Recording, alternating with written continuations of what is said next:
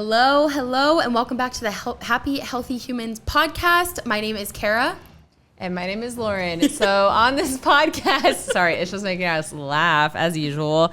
Also, we're matching. On this podcast, we're talking about movement, nutrition, connection, mindset, recovery. We are doing part 2 of a series on recovery, nutrition, health, all of that. And specifically, we're going to talk about rest, mobility, sleep, all that jazz today. All the things you should and will be doing after this podcast. Honestly, seriously, we're here to inspire. And I know we probably do it a little different, so I'll be interested to hear. Because I don't know, I watch you at the gym, not fully watch all the time, but I'll be like, oh, Kara's doing some mobility. Or today I was like, are you going to work out? And you're like, oh no, I'm not working out today. So, there's things that you do to take care of yourself. Totally.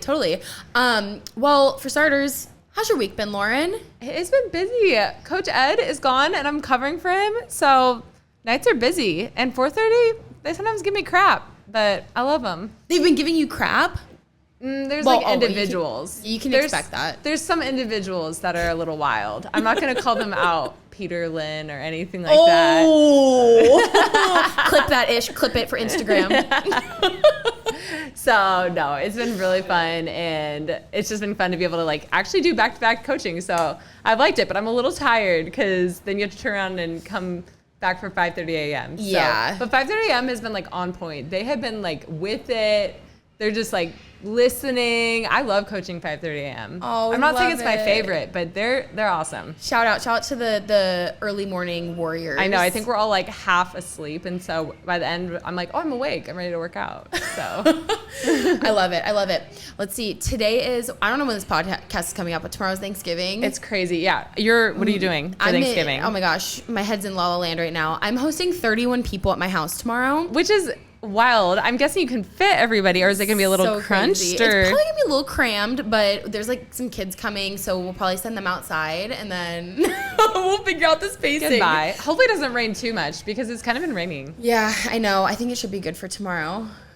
We've got so many things going on for Thanksgiving. There's a lot going on around here. Coach Drew found a video of me falling down while I was coaching today. And I actually got to see Kara witness it. She was coaching me, and she fell in a little pad, and it was very graceful. And she literally just popped up once we're back into coaching. I was like, this is normal. Honestly, I was doing I was trying to show someone a box muscle up yesterday during the workout, and I literally was like, okay, this is how you do it. And I go like this fling. One of my hands comes off, and I'm like, I'm gonna kill myself. In the middle, they were totally fine. They're like, oh yeah, that's what you need to do it. And I re-grabbed the bar, and in my head, I was like, this is why you don't demo during really fast Metcons.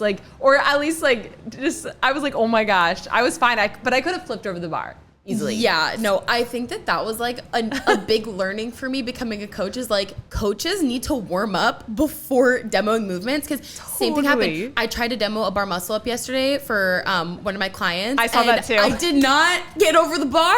I was not warm. And Kara's a freaking good athlete. Also, I had done 20 bar muscle ups in my workout earlier, and I was like, oh, I'm not prepared for this. Your body was like, no, we are not doing this. Oh my God. But yeah, there's a first for everything. Today was the first day I fell while coaching. So that's actually pretty good after how many classes do you think you've coached? Yeah. Probably at least 200? I have no idea. More? Oh, yeah. More than that. So that's pretty good. Yeah. All right. Well, that's our fun fact for the day. I know. I feel like now I'm getting all my fall. I've had a crazy fall story. Okay, I'll add this and then we'll get into our thing.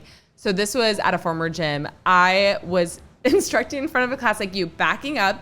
There was it's kind of our kettlebell dumbbell corner, and somehow I slipped on I think a band that was on the ground. I slipped, fell back there into what was going to be dumbbells, kettlebells. Oh my God. And I was in my brain in front of 10 people. In my brain I'm like, okay, I'm about to slam my head on something.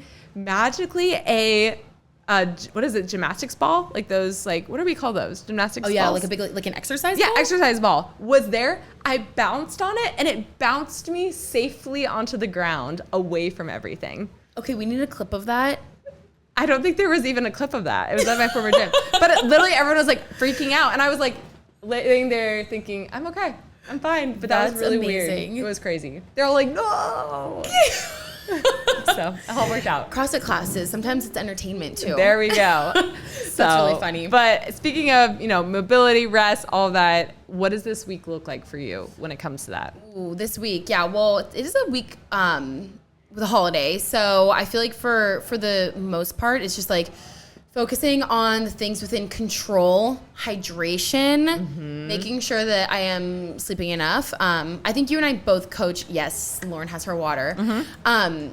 We both coach early morning classes, so focusing on sleep and getting to bed early is really important because honestly, holidays are kind of like a marathon, either whether you're going or you're hosting, and so it's like trying to sleep as much as possible, knowing that I personally am coaching a class tomorrow morning, so I want to make sure I get really good sleep and then like energized the rest of the day. But in terms of recovery, I mean, there's been a lot going on for me personally. You had to do a lot of recovery. Yeah, I had a little back spasm. I'm not going to say little, actually. I had a big back spasm about 2 weeks ago at this point. And so recovery has looked a lot different than how it looked the weeks before. And so now it's like every day making sure I'm getting in at least like 10 to 20 minutes of some form of either PT or just PT, physical therapy movements, or just hopping on like a bike to make sure I'm like getting my legs moving has been really helpful and important during this time as I'm kind of on like the road to recovery. Yeah. And then I'm kind of curious a little bit of what was it before? Because you said it changed. What were you doing recovery wise before? Like, I'm guessing really honestly, I feel like we're always growing, always evolving and what we need every season for recovery. But was there more of like a regimented schedule of recovery, mobility before then? Yeah, that's a good question. I mean, for the most part, I think that like my area of opportunity is like cooling down after exercising because I think that we focus a lot on warming up. Yes, I'm huge on that. I'm like, I don't want you all to get injured. Yeah. Like, let's definitely warm up. It's like the warm up feels like everything. When you have an hour or two, whatever, however long you work out during the day, all you're thinking about is that hour, not the rest of the hours of the day. And so for me, it was like, okay, I have 2.5 hours to train right now. I'm going to take 45 minutes to warm up. I'm going to do my strength portion, my Metcon, and then I'm going to leave. And now it's about being a lot more intentional with making sure that I'm cooling down. So if that's going home and foam rolling or doing my PT once over again once I'm done, that's been huge. I've also taken a look at my nutrition and made sure that I'm like staying in contact with my coach, my nutrition coach, on like what's needed right now. So like my training dialed back a tiny bit because of the injury. And so it's like we just dropped my carbs a little bit because I don't necessarily need that during this time. And so that changed slightly. So it's just like making sure that I have like the right team, making sure that I'm doing the right things before and after I train, and then all those hours outside of it. Yeah. And that's interesting, like, because every athlete's going to be different in like the recovery mobility, because mine's actually really different than yours. I'm like 45 minutes of warm up. I probably do 5 minutes of warm up. If I do. And so I'm like, what? That's crazy. So yeah, that's really interesting to hear. I would say like my journey of like mobility, recovery, all that, I'm still growing in that because I'm impatient. And I think I fill my schedule already naturally, like with work and with friends. And so when I get a workout and I'm like, I have this hour. And so it's like quick warm up, hardly maybe a cool down, then I'm on to the next. And so that's something I've seen. I've been kind of fortunate that I haven't gotten injured except maybe like 1 or 2 times for like a couple days at a time, but nothing like long lasting.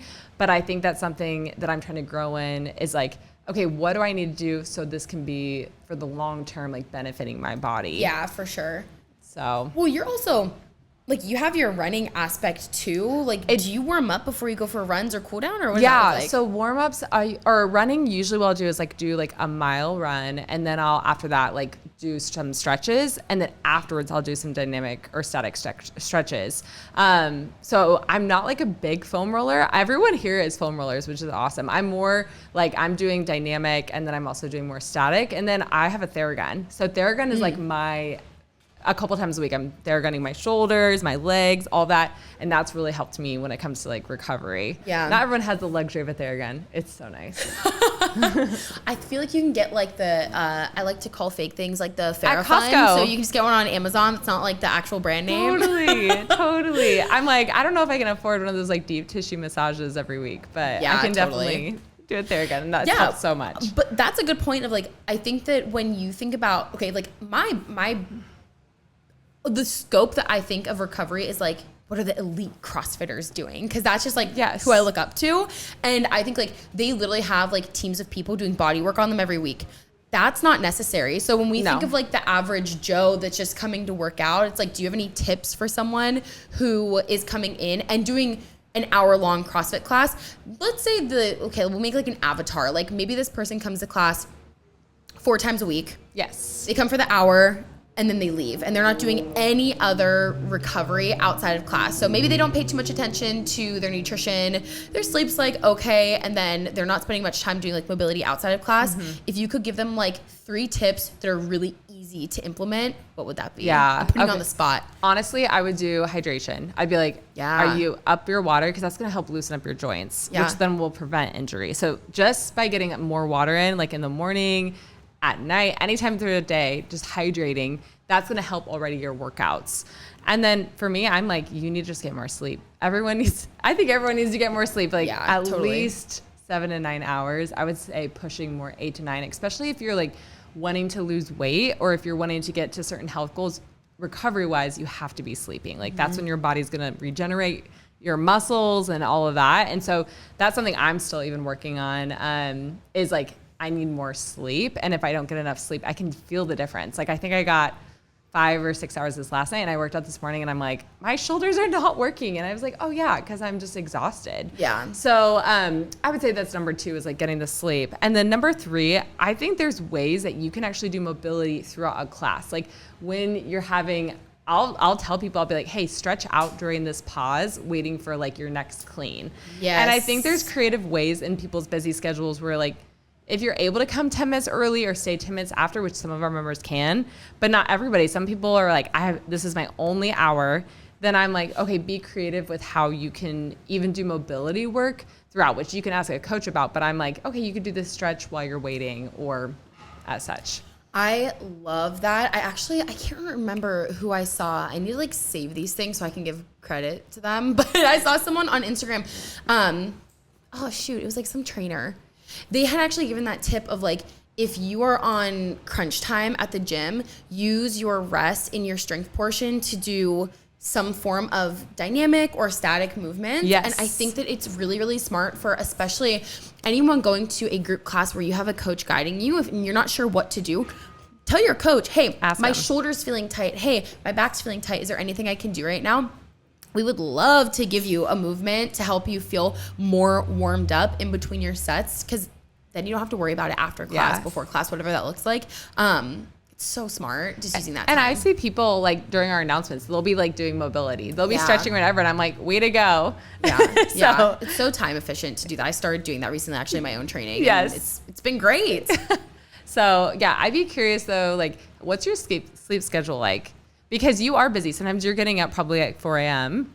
Yeah. So what does sleep look like for you during this time? I feel like you definitely like care about being like social with people, being with family. So maybe I'd love to hear like what's the sleep routine right now? Yeah, my goal with sleep is to hit anywhere between 7 to 8 hours. Which is a miracle if you're able. Oh my gosh, if 8 hours happens, that's like, you feel like a god the next day. I'm like, no, I need 3 more days like this. Yeah. Ish is smiling because he's never slept 8 hours in his life. Ish doesn't sleep, and he talks about that a lot, but it's okay. He drinks a lot of coffee. I think that right now 7 to 8 hours is like the big goal for me, because I wake up a little bit earlier. And I'm talking earlier, like my wake up time, depending what class I coach, is between 4:30 a.m. to 5:30 a.m. Okay. So my bedtime is, if I'm getting up at 4:30, I need to be in bed before 9:30 and lights out at like 9:25, because then that will guarantee I'm at least like eyes closed for 7 hours. For the days where I coach and I have to get up at 5:30 a.m., I'll try to be in bed before 10:30. It's kind of funny that 5:30 a.m. feels like a luxury now. Like 5:30 a.m. Like if you can get up at 5:30, I'm like, oh my gosh, I have so much time to sleep. I'm sleeping in today. It's so sad. It is really sad. It's so sad. I'll let myself sleep for a couple minutes extra. Like today, I woke up at 4:10. I was like, I'll let you sleep till 4:15, and I was like, oh gosh, you're so nice to yourself. Sad. So sad. But it's funny that feels like it. Like when I stay up till 10:30, and I get home from the gym. I mean, some days I'm at the gym till about like 7:45 p.m. Yeah, you're late. late. I'll be like, I don't have to go to bed till 10:30 tonight, so I have so much time at home. But it really is like once I get home, because I get home a little bit later majority of the nights of the week, I'm like have my routine down. I walk in the door, good. I cook dinner, eat dinner, I make my sleepy time mocktail drink that is what brings me joy right now in the evening. Wait, what is this mocktail? Yes, this is the key. You get let's see, the best one is a cranberry lime soda water. Okay. So it's like, the zero calories, like bubble water. And then you add in some tart cherry juice. Okay. And tart cherry juice is really good for recovery, and it's like it helps with inflammation basically. And so it can help your muscles recover overnight. So I like to do like 2 ounces of that in the drink. And then I fill up my Stanley with like a bunch of ice. And I'm like, this brings me so much joy to drink this before bed. I love that. So tart cherry juice with the soda water, like right before bed, it just helps me. Like that's my like cue of like, we're getting close to sleep time. So for me, it's like doing those things, and then I jump in the shower and then I get into bed, right? So it like kind of stimulates my brain of like, it's almost bedtime. And that drink is kind of the thing that helps me like, this is your routine. Cue the brain. Yeah. Yeah. So with that, it's like, you just try to get in bed as quickly as possible. And I have goal times in my head, and I will not go beyond those bedtimes. That's amazing, because I will bend my bedtimes all the time because I want to stay up with a friend. Or I literally the other night was like, okay, I'm going to go to bed at 9:30. I just coached. I got home, and one of my best friends was like, I need to talk. And of course I'm like, okay, we're going to talk. Yeah. And she needed to. And I was like, it was 10 o'clock. I was like, yeah. But maybe that doesn't happen all the time, but I feel like I'll let these excuses, because I'm like, I haven't seen my people, but then it catches up. So it's finding that balance. It's tough because I feel like when you come home at the end of a long day, like you are working a full-time job along with coaching. Yeah. So my social time is like at night, but then if I get up in the morning, thankfully though, I have it now down. Basically Thursday, Friday, Wednesday, Thursday, Friday, Saturday, I can get about 8 hours of sleep. If I know I can. And so it's just catching up though. I feel like I'm doing catch up because Monday, Tuesday, Wednesday, I'm not getting enough sleep. I'm getting like 5 to 6 hours, and then I'll get 8, 9 those other nights. So it's like a weird thing for my body, which I think is normal. Most people probably have like, because of their jobs or whatever, they're maybe not getting sleep, or kids, they're getting woken up. And so it's trying to be creative, like, okay, where can I get recovery if I can't on certain days? Yeah. Do you take naps? I do sometimes, but honestly, it makes me feel a little bit crappier. Sometimes it helps. Sometimes I'm like, oh, this is like even worse. So yeah. Yeah, I've seen naps be beneficial for some people. Like if your schedule, now this is for someone where like maybe you work graveyard shift or something. Like your sleep schedule is messed up. If you are someone that works a 9 to 5, especially if you don't have kids, you can sleep 7 to 8 hours. There is 1,000%. But I think for people that have wacky schedules, or with kids especially, if you cannot get a full like 7 to 8 hours at nighttime, I think that naps can be really beneficial. On like a lunch break, take 20 minutes, try to just get your energy up a little bit during the day. Yes. Of course, it's how your body responds to it. Some people take them really well, and other people wake up like, where the heck am I right now? That was not helpful. No, totally. I'm curious, like specifically rest days. So like, we're talking about sleep right now, but what do your rest days look like? Rest days are hard for me. I love working out. Yeah. Not everyone's like that. And I know you love working out too. But I'd be curious, like, how do you take rest days, or when do you implement them? What does that look like for you? Yeah. I would say for myself, I just have it set like Wednesday and Sunday are my rest days. Now on Wednesdays, I will take that as like, we love to throw this term out, active recovery days. I would say that an active recovery day is working out. It's not a recovery day. It's still working out. Yeah, it's not. Sorry, hot take. It's not a recovery day if you're going for a run. Like running is exercise. Or like even like a light jog. You're still getting your heart rate up. Yeah. Even biking for 30 minutes. If you're getting your heart rate up, you are exercising. That's not active recovery because you're not recovering, you're working out. So anyway, I use Sundays as like, I do not do anything that day. Honestly, I don't even really mobilize on Sunday because I don't want to make time for it. I want that day to just be like, exercise is not even on the brain. Well, it's a good mental reset because you live at a gym, you're always working out. So it's probably what your brain needs. Yeah. I think even when I was a member and I was training like an hour to an hour and a half a day, I would still take Thursdays as like, okay, I'm going to go for a walk, or I'll bike a little bit, stretch. I wouldn't really take class. and then Sundays were still an off day, it just gives your body time to fully recover and not have any mode of stress. Every time I take a rest day, the next day I feel amazing in my workouts. I'm like, I am ready to go. Yeah. I think it's tough because at our gym, we used to do Thursdays as an active recovery class. And so the class was a lot like lower contraction, just a little bit of like an easier workout. But we took that away because it didn't make sense for our community anymore. But now I think that we have members that come 6 days a week, and it's just like intensity every single day except for Sunday. And so I think that it's really important just to hone in, like, rest days are needed.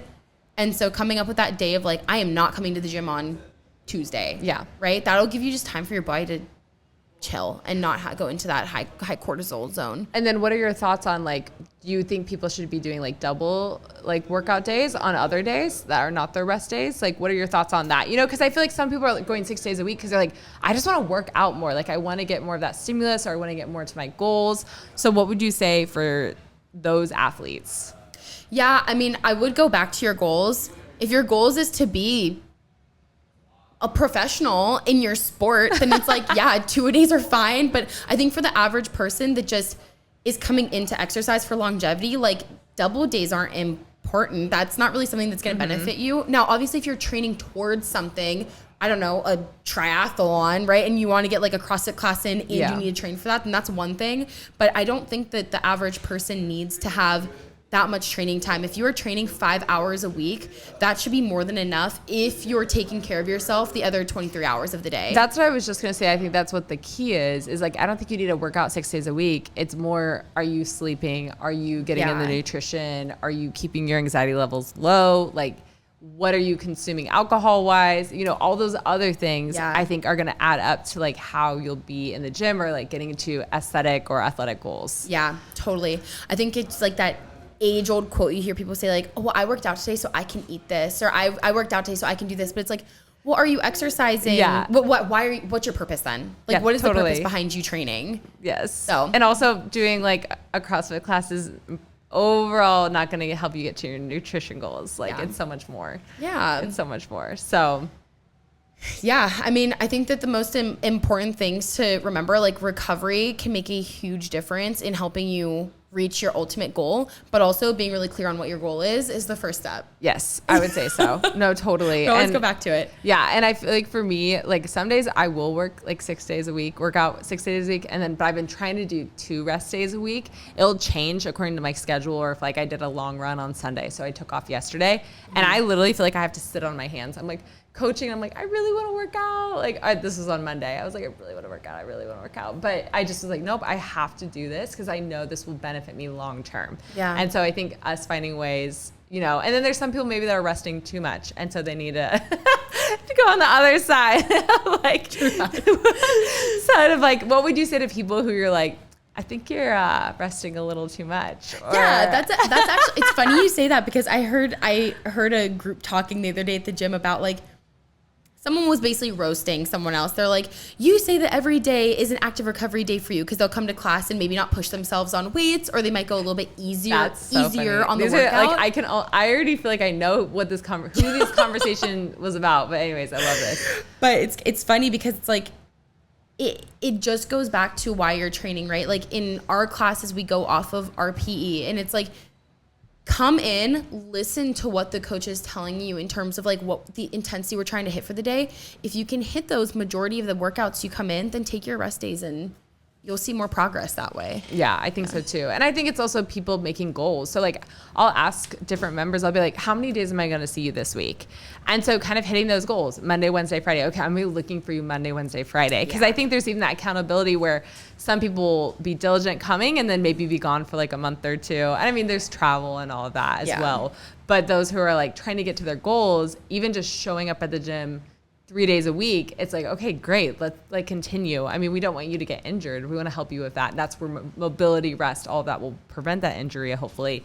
But I think there's 2 people who were like, okay, how do we continue to hold you accountable to get to your health goals by coming, showing up, working out? Yeah. So. Yeah. So don't rest too little and also rest at the same time. Figure out what works for you and your goals. Exactly. But if you have any questions around your own recovery or you need any assistance figuring out what your rest days look like, we are here for you. Reach out to us at Happy Healthy Human Podcast. Yes, that is our handle. Message us there. Comment on YouTube. We're here for you. Want to take us away, Lauren? Happy Thanksgiving. Happy Thanksgiving. I think, or happy holidays, whatever is coming up next. Yeah. Bye. Bye.